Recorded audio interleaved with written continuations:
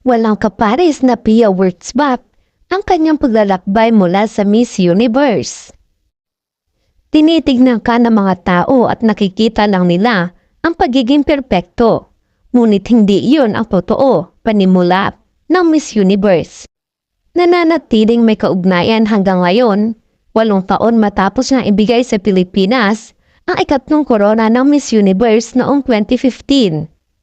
Medyo record iyon para sa isang beauty queen kung totoo man ito na 3 taon lang sikat ang mga title holder sa beauty pageant. Si Pia mismo ang sinabihan sa simula ng kanyang paghahari bilang Miss Universe.